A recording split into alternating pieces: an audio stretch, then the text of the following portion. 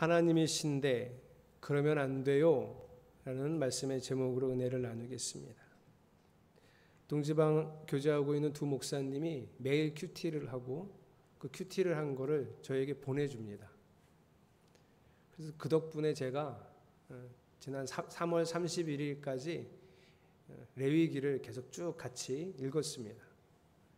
레위기를 읽으면서 이스라엘 사람들이 제사 한 번을 드리기 위해서 얼마나 노력과 정성을 다 쏟아내는지를 그 제사를 통해서 보게 되었습니다. 오늘 이 예배가 이스라엘 사람들이 그 한 번의 제사를 위해 많은 것들 쏟아냈던 것처럼 여러분이 이 한 번뿐인 예배 2022년 4월 3일 날 드리는 딱 한 번뿐인 이 예배를 간절한 마음으로 드려주시기를 축복합니다. 북한 지하교회 성도들은 성경이 없습니다. 한 권의 성경이 배달되기도 하지만 그게 어려울 때는 낙권, 예를 들어 마태복음, 요한복음 이렇게 배달되기도 합니다. 그것도 어려운 상황에서는 페이지를 찢어서 가지고 있기도 합니다. 그 성도들이 찢어진 낱장의 성경을 읽으며 그 말씀이 이루어지기를 간절히 기도하는 것처럼 여러분에게 성경 말씀을 묵상하고 살아내는 일이 그 어떤 것과도 바꿀 수 없는 소중한 일상이 되시기를 또한 축복합니다. 오늘 성경 본문은 야곱이 병이 들었다는 말을 듣고 아들 요셉이 자기 아들 둘을 데리고 아버지를 찾아가는 모습으로 시작됩니다. 아들 요셉이 왔다는 말을 야곱이 듣고 계속 누워서 지내다가 간신히 몸을 일으켰어요. 거한 모든 기력이 다 쇠했던 거죠. 겨우 몸을 일으켜서 요셉이 왔다니까 그 요셉 앞에 앉았습니다. 그 기력이 없는 노인이 그 아들을 보자마자 한 이야기가 있습니다. 뭐라 그랬냐면 자기가 루스라고 표현했는데요. 베델이죠. 베델에서 만났던 하나님의 약속을 요셉에게 쭉 얘기합니다. 하나님께서 그때 베델에 나타나셔서 아들아 나한테 이렇게 말씀하셨다. 너에게 수많은 자손을 주고 이 땅도 너의 후손에게 줄 것이고 그 후손이 숫자가 불어나게 할 것이고 거기서 여러 나라가 나오게 할 것이다. 너의 후손에게 영원토록 이 땅이 소유가 되게 할 것이다. 요셉아, 우리 하나님이 그때 나한테 그렇게 말씀하셨어. 그 기력이 없는 노인이 겨우 일어나서 그 얘기를 죽기 전에 꼭 해주고 싶었던 거예요. 자, 이 얘기를 확신을 시켜주고 싶었던 야곱이 그 다음에 자기 아들 12아들들에게 하나님이 자기에게 한 약속이 이 아들들에게서 이루어지게 해달라고 축복을 해주는 장면이 48장, 49장입니다. 다음 주까지 축복의 장면이에요. 그런데 이 축복을 시작하기 전에, 축복 기도를 시작하기 전에 아주 뜻밖의 제안을 요셉에게 합니다. 5절을 같이 읽어보겠습니다. 시작. 내가 너를 보려고 여기 이집트로 오기 전에 내가 이집트 땅에서 낳은 두 아이는 내가 낳은 아들로 삼고 싶다. 루벤과 시므온이 나의 아들이듯이 에브라임과 므낫세도 나의 아들이다. 요셉의 아들이고 자기의 손자인 므낫세와 에브라임을 자기 아들로 삼고 싶다. 양자 삼겠다. 고대에는 이런 일들이 있었지만 어쨌든 뜻밖의 제안이죠. 여러분, 이스라엘 사람들은 7도 완전 숫자지만 12도 완전 숫자고요. 12와 12가 더해진 24도 완전 숫자입니다. 그러니까 이 숫자를 지키려는 본능이 강한 사람들인데 현재 야곱은 아들을 12명이 낳았으니 이미 그 숫자가 완전해졌습니다. 그런데 여기다가 에브라임과 므낫세, 순서대로 하면 므낫세와 에브라임을 자기 아들로 삼으면 14이 되잖아요. 우리가 더하기 다 할 줄 알죠? 14이 되면 완전 숫자가 무너지는 겁니다. 그럼에도 불구하고 자기 아들 삼고 싶다. 내가 하나님이 나에게 약속하신 그 약속을 내 아들들에게 축복할 때 이 아이들도 내 아들로 삼고 축복하고 싶다. 이렇게 지금 족보 꼬아놓는 거예요. 아니, 원래 내 조카였는데 어느 순간 내 동생 되는 거 아니에요, 그렇죠? 족보를 완전히 꼬아놓는 거예요. 물론 이게 출애굽기 레위기 가면서 하나님께서 열둘로 만들어 버립니다. 그렇긴 하지만 이 당시에는 아주 뜻밖이고 의아한 제안이죠. 그렇게 므낫세와 에브라임을 자기 아들로 삼고 야곱이 축복합니다. 자, 이제 요셉이 자기 아들을 둘을 데리고 아버지 앞으로 이렇게 걸어갈 거예요. 이렇게 걸어갈 거예요.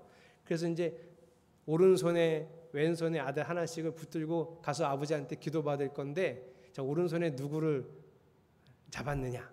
여기 에브라임 잡았어요. 둘째 아들. 왼손에 첫째 아들 잡았어요. 므낫세. 이렇게 잡아서 같이 가서 아버지 앞에다 딱 앉혀놓으면 아버지 오른손으로 큰 아들 므낫세에게 축복 기도할 거고, 아버지 왼손으로 작은 아들 에브라임에게 축복 기도할 거니까 이렇게 잡고 갔어요. 14절. 그런데 이스라엘은 에브라임이 작은 아들인데도 그의 오른손을 에브라임의 머리 위에 얹고, 므낫세는 맏아들인데도 그의 왼손을 므낫세의 머리 위에 얹었다. 야곱이 그의 팔을 엇갈리게 내민 것이다. 아니, 기껏 요셉이 이렇게 끌고 가서 그대로 기도해달라 그러면 이렇게 얹고 해줄 줄 알았더니 아버지가 웬걸 이렇게 하고 안수기도를 한 거예요. 이때 팔을 엇갈리게 내밀다라고 쓴 히브리어는 사칼이라는 단어인데요. 두 가지 의미가 있어요. 하나는 교차하다라는 의미가 있고, 하나는 신중하게 얹다라는 의미가 있어요. 그러니까 야곱은 모르고 그런 게 아니에요. 일부러 신중하게 고민하고 생각해서 손을 엇갈리게 해서 둘째 아들의 머리에 오른손을 얹었다, 이 얘기예요. 이 모습을 본 요셉이 아주 못마땅했어요. 아니, 아버지 왜 저러지? 아니, 큰아들한테 오른손 얹어야지. 내가 기껏 이렇게 데리고 왔으면 이렇게 그냥 하시면 되지. 뭘 불편하게 이렇게까지 하시면서 저렇게 하시나? 못마땅했어요. 그래서 이렇게 얘기해. 18절. 아닙니다, 아버지. 얘가 맏아들입니다. 아버지의 오른손을 큰 아이의 머리에 얹으셔야 합니다. 라고 말하자 19절 야곱이 그러나 그의 아버지는 거절하면서 대답하였다. 나도 안다, 내 아들아. 나도 안다. 오늘 설교 제목을 처음에는 나도 안다, 내 아들아, 나도 안다 이거 할까 고민을 좀 했었습니다. 야곱이 알고도 그랬다는 거예요. 맏아들에게 손을 얹는 것이 상식입니다. 야곱이 뭐라 그래요? 그거 나도 알아. 장자의 권리가 있습니다. 야곱이 뭐라 그래요? 그거 나도 알아. 알았지만 야곱은 또 하나 알게 된 것이 있어요. 그게 뭐냐면 하나님의 뜻이. 하나님의 뜻이 장자가 아니라 차자인 에브라임에게 오른손을 얹어서 더 큰 축복을 주는 것이었어요. 그러면 우리가 그러면 므낫세가 큰아들이 뭘 하나님 앞에 잘못했나? 아니, 그게 아니면 작은 아들 에브라임이 하나님께 뭘 잘했나? 그래서 하나님이 마음을 그렇게 바꾸셨나? 아니요. 성경에는 그런 내용이 전혀 없어요. 이유가 없어요. 납득할 만한 근거가 없습니다. 그냥 이유는 딱 이거 하네요. 하나님이 그냥 그렇게 정하셨어요. 그래서 우리가 이런 성경을 읽으면 질문이 생기는 거예요. 하나님은 마음대로 정하시고 우리는 무조건 그냥 받아들여야 합니까? 라는 질문이 생기는 거예요. 이유도 없고 근거도 없는 그냥 하나님이 정하시면 우리는 받아들이는 게 맞습니까? 저는 대답하죠. 하나님은 창조주시고 우리는 피조물이니까 당연합니다. 그런데 제가 이렇게까지 대답하면 여러분들 마음속에 불편함들이 생길 수 있어요. 그래서 오늘 이 이야기부터 하고 좀 우리의 생각을 바꿨으면 좋겠다는 말씀을 드리고 싶습니다. 여러분, 하나님이 우리를 사랑하십니다. 그건 믿으시죠? 이거는 틀리지 않아요. 그런데 하나님이 우리를 똑같이 사랑하신다는 이유로 우리 모두를 똑같이 대해야 하는 것은 아닙니다. 여러분, 이걸 인정하셨으면 좋겠어요. 똑같은 마음으로 사랑하시니 하나님이 가장 잘하시는 그분께서 나에게 가장 적합한 것으로 그 사랑을 표현하실 것이라고 믿으셨으면 좋겠습니다. 그런데 때로는 하나님의 사랑의 표현이 나는 이해가 안 될 수는 있어요. 그냥 옆 사람 보고 쟤는 저렇게 사랑해 주시는데 왜 나는 이렇게밖에 안 해주시지? 비교할 필요 없다는 거예요. 똑같이 사랑하지만 대하심은 다를 수 있다. 이거를 먼저 인정하시고 이해하셨으면 좋겠어요.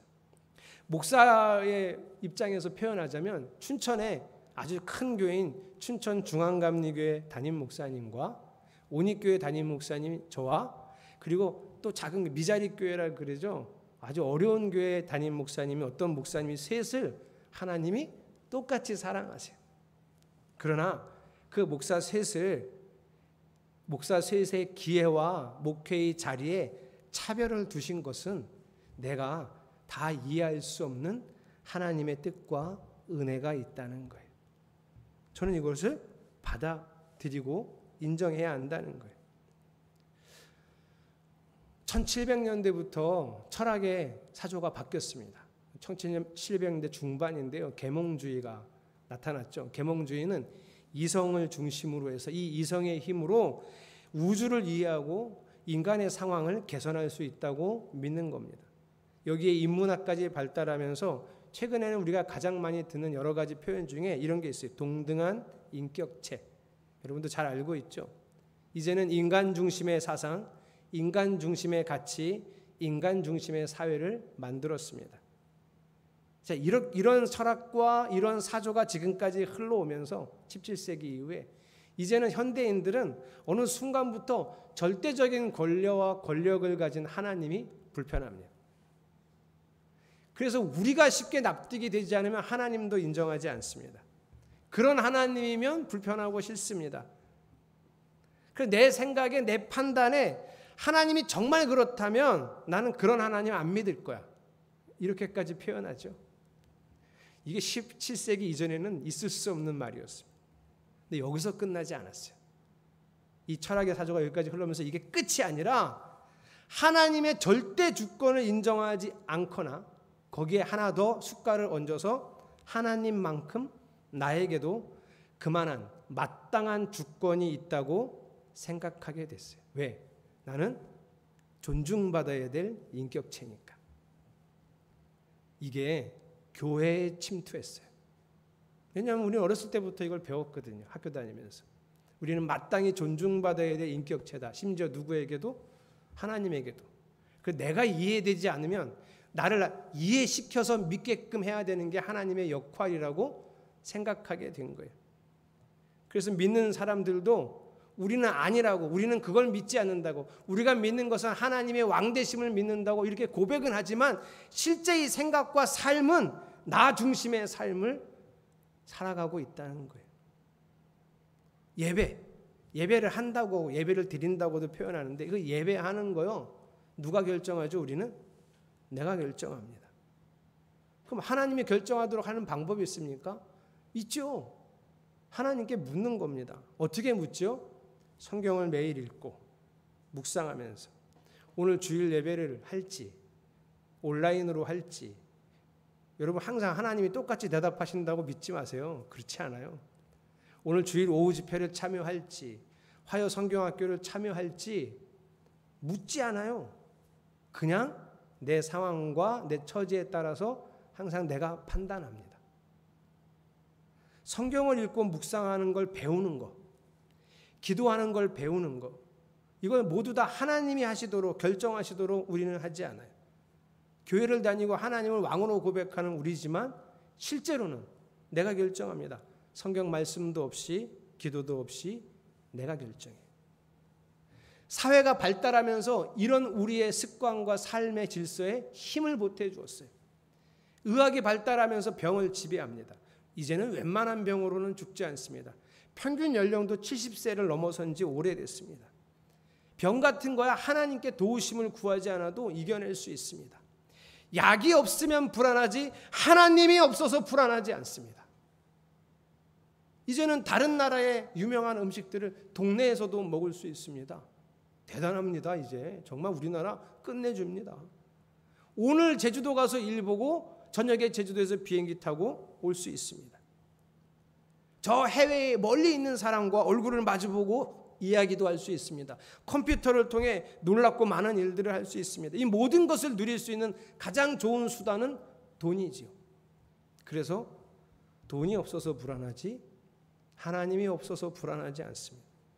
돈만 있으면 모든 걸 누릴 수 있고 또 내가 마땅히 누려야 한다고 여기는 동등한 인격체인 우리들이 하나님이 아니라 내가 모든 걸 결정하고 살아야 하며 내가 내 인생의 주체라고 여기고 있어요.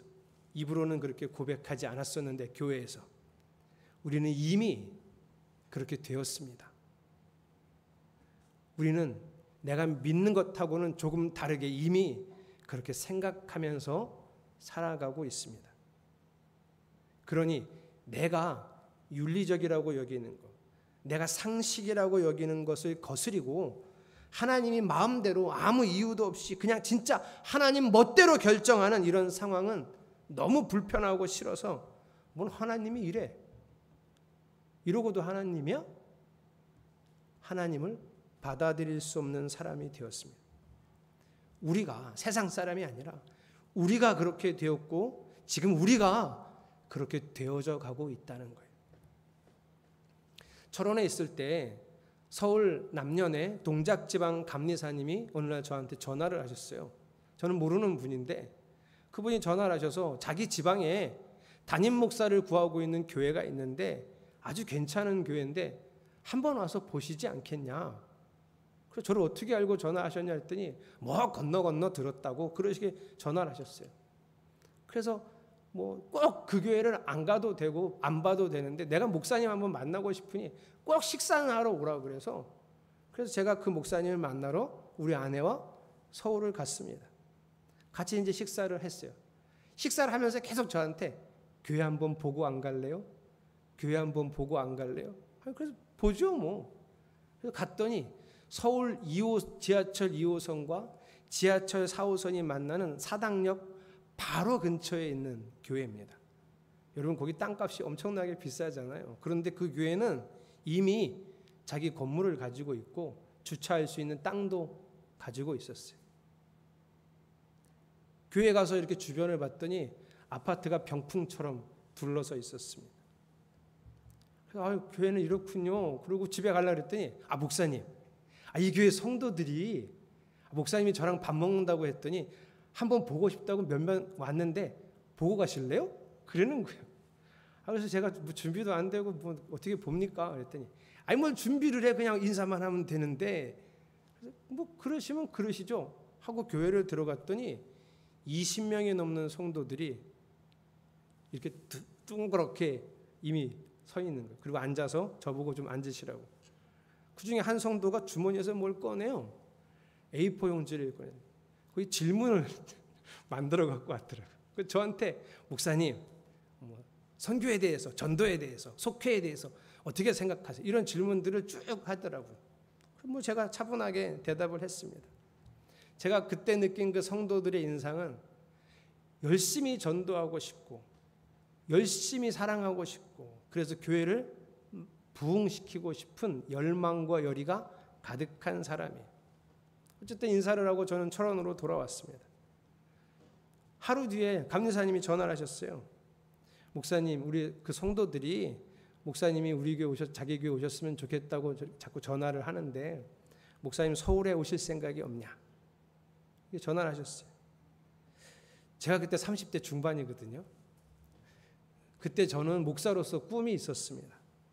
비록 지금은 시골에서 목회하고 있지만 열심히 준비하고 제가 그때 하루에 3시간도 안 자고 매일 성경 읽고 공부하고 주석을 계속 공부하고 이럴 때요. 설교 준비를 하루에 5시간, 6시간씩 할 때 이렇게 열심히 준비하고 훈련하다 보면 지금보다는 더 큰 교회에서 목회하고 교회를 부흥시킬 수 있는 목사가 될 수 있겠지. 이게 제 꿈이었어요. 그런데 그 기회가 찾아온 거예요. 지금 그 철원의 작은 교회, 시골에 있는 교회에서 내가 쏟아붓는 이 열정이면, 이 노력이면 그 사당동에 있는 그 교회에 가서 쏟아부으면 내가 가지고 있는 꿈을 실현시킬 수 있는 아주 좋은 기회.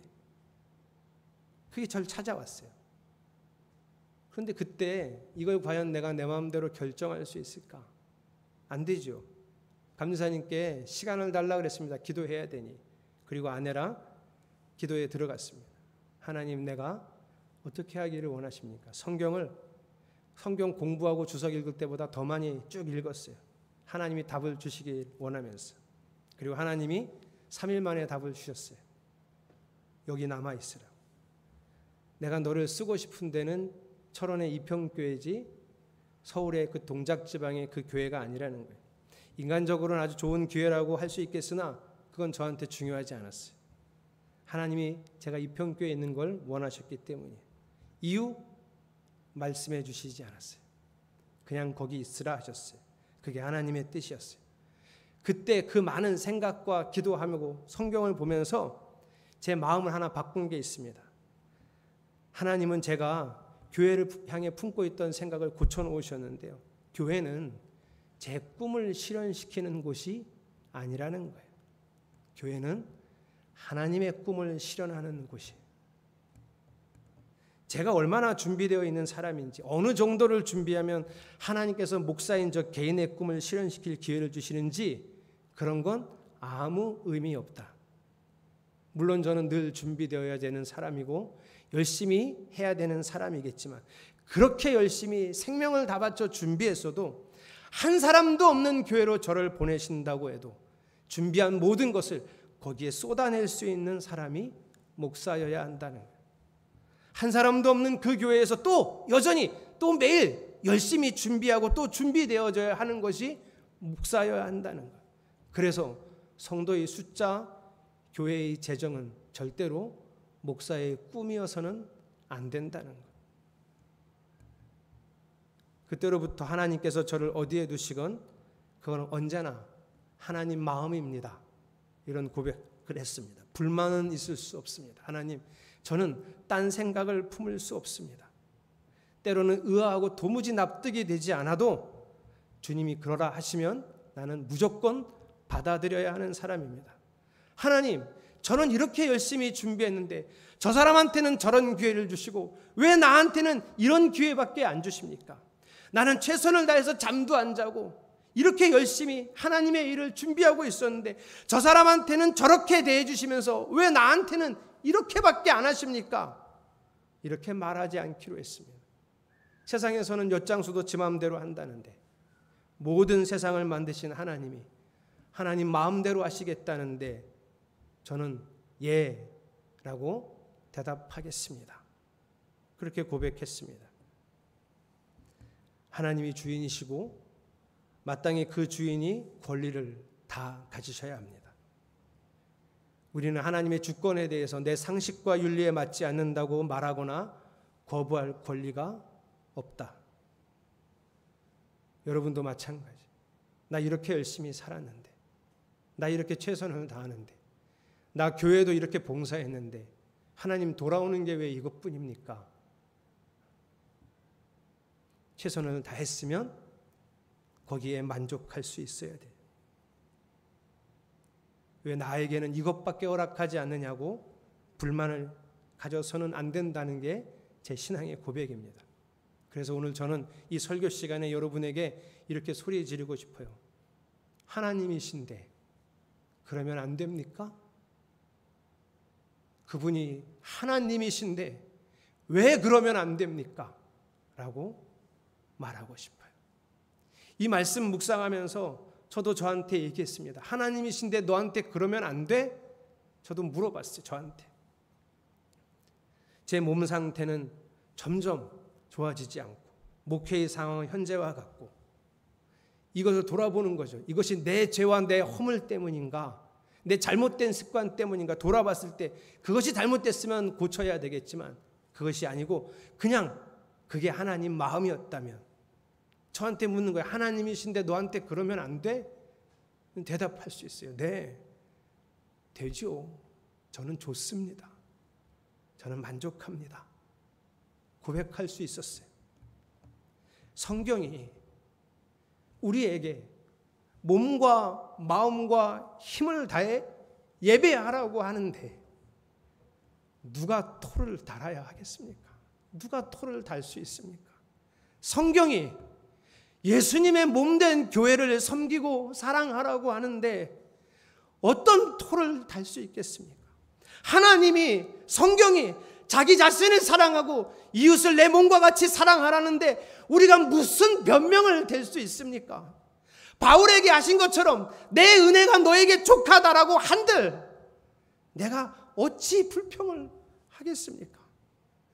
성경이 나에게 나는 너의 주인이다 라고 말씀하시는데 내가 어찌 내 마음대로 결정하고 살 수 있겠습니까? 그러니 사랑하는 성도 여러분, 오늘 주님 앞에 무릎을 꿇읍시다. 어떤 말도 어떤 핑계도 주님 앞에서는 잠잠해져야 합니다. 그저 사랑을 드리고 그저 복종하겠다고 다짐합시다. 주님 발 앞에 내 왕관을 내려놓고 주의 발을 씻기는 종이 되기를 소망합니다. 오늘 이 찬양을 통해 그 결단과 마음을 드릴 수 있기를 바랍니다.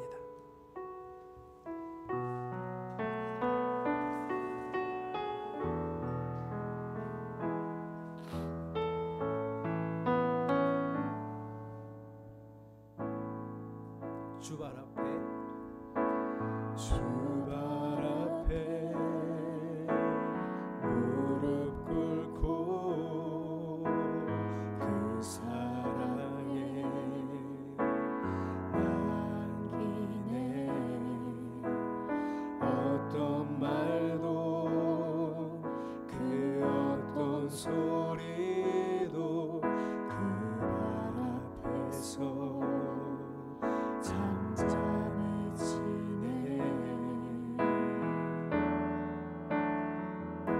주 나의 사랑, 주 나의 사랑 그 발 앞에 앉아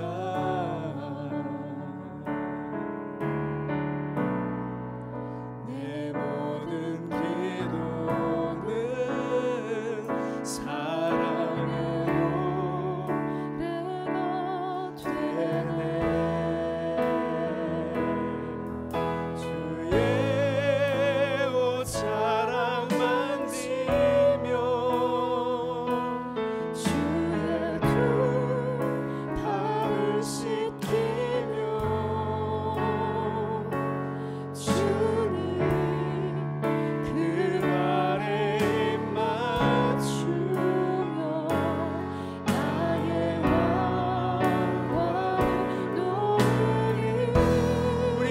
이렇게 고백합시다. 주의 옷 사랑 만지며 주의 두 발을 씻기며 주님 그 발에 입 맞추며 나의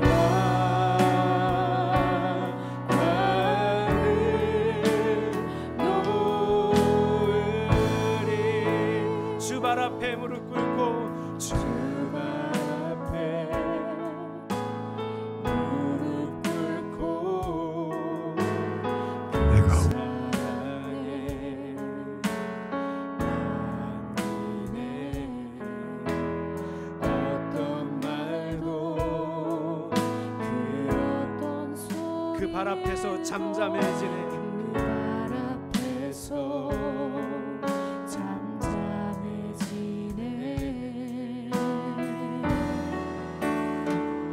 주 나의 사랑, 주 나의 사랑 그 발 앞에 앉아 내 모든 기도는 내 모든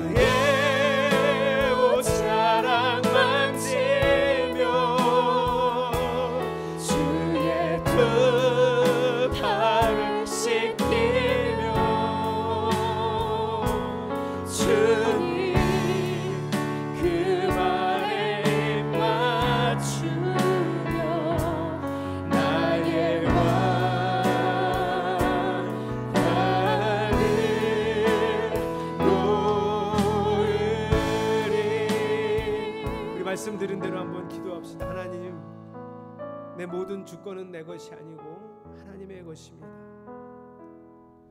하나님의 뜻대로 말씀으로 가르쳐 주신 대로 그 매일 말씀을 살피며 주의 뜻을 알아가고 오로지 주의 주권을 왕권을 인정하는 삶으로 살겠습니다.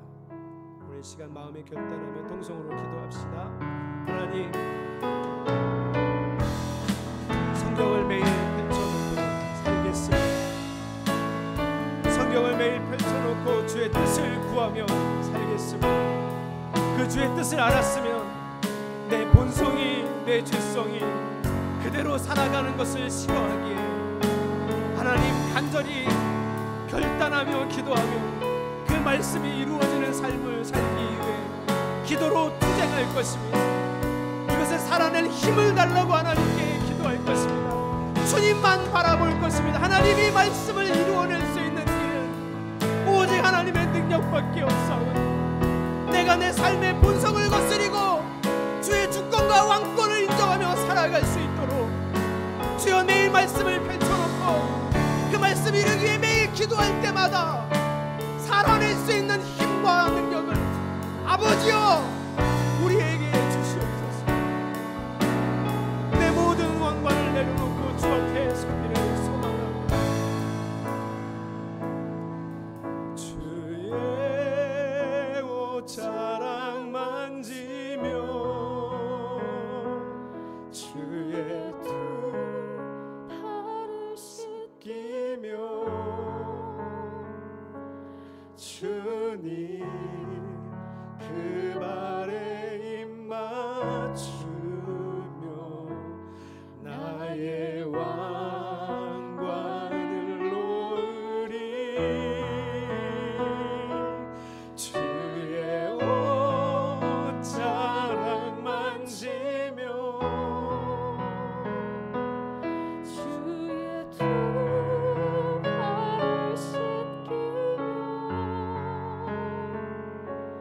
주님 그 발에 입 맞추며 나의 왕관을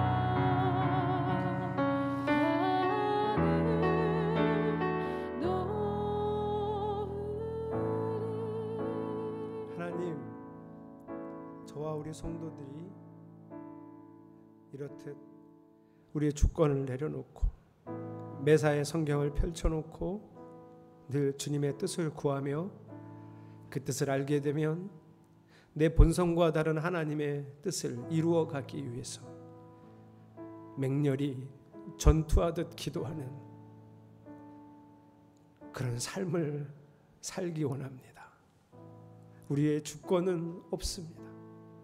우리는 주의 종이오니 우리 주인이 그 권한을 다 가지시고 사랑이 많으시고 가장 좋으신 우리 주인이 우리를 모두 이끌어 주시옵소서. 예수 그리스도의 이름으로 감사하며 기도드렸습니다. 아멘.